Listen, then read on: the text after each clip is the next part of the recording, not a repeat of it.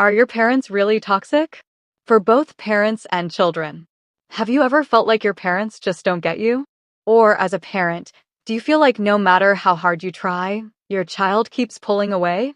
Parent-child relationships can be beautiful, but also painfully complicated.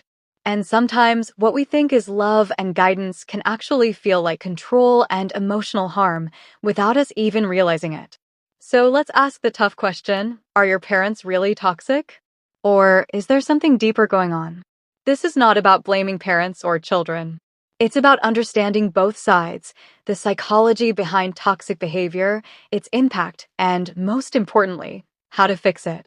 If you're a child trying to heal, if you're a parent wanting to do better, this video could change everything. 1. The cycle of criticism and emotional manipulation. For children, do you feel like no matter what you do, it's never enough? You got a 90? Why not 100? Your cousin is doing better than you. This kind of constant comparison and criticism can plant deep-rooted anxiety and make you feel like love must be earned.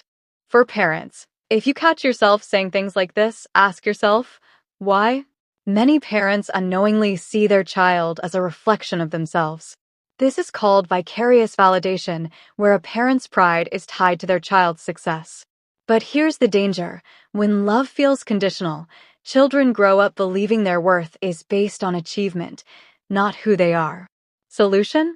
Parents, instead of only pointing out mistakes, say, I see the effort you put in, and I'm proud of that. Children, if the criticism is overwhelming, set a boundary. I appreciate your advice, but I need support, not pressure. 2. Control versus guidance, the thin line. For children, does it feel like your parents want to control everything, your career, your friends, even your emotions? If they constantly invade your privacy, dismiss your feelings, or make decisions without listening, that's not guidance. That's control. For parents, ask yourself, are you guiding your child? Or making choices for them out of fear? Many parents struggle with anxiety and fear of failure, so they try to control their child's life to protect them.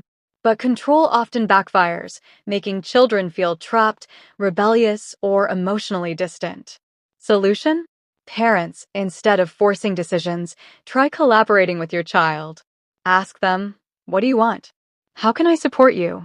Children, if your parents don't respect your choices, communicate firmly but calmly. I understand you want what's best for me, but I need space to figure things out. 3. Gaslighting and emotional invalidation.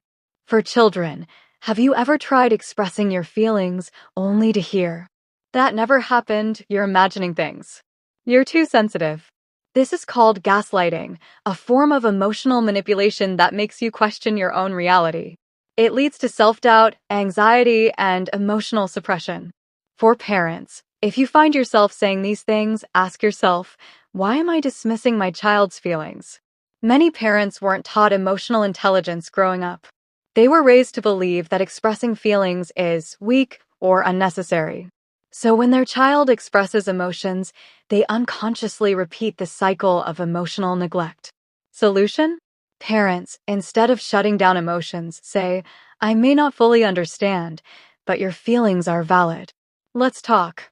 Children, if your emotions are constantly dismissed, remind your parents, I'm not looking for a solution, I just need to be heard. 4. The silent killer, conditional love and emotional distance. For children, do you feel like your parents only love you when you obey them? That if you make a mistake, their love disappears? This creates fear of failure, people-pleasing behavior, and emotional detachment. For parents, if your child hides things from you, ask yourself, have I made them feel safe enough to share? Psychologists say that children who feel unconditionally loved grow up with higher self-esteem, better decision-making, and emotional stability. But when love feels conditional, they learn to suppress their true selves to earn approval. Solution? Parents, instead of punishing mistakes with rejection, say, I may not agree with your choices, but I will always love and support you. Children, if you struggle with people-pleasing, remind yourself, your worth is not based on how much you please others. 5. Breaking the cycle, what both parents and children can do. For parents, Reflect on your own upbringing. Are you repeating unhealthy patterns? Listen more than you lecture. Your child doesn't need perfection, they need presence. Allow independence. A child who can think for themselves will be more successful than one who just obeys. For children, communicate calmly. Parents often react defensively if they feel attacked. Set boundaries with love.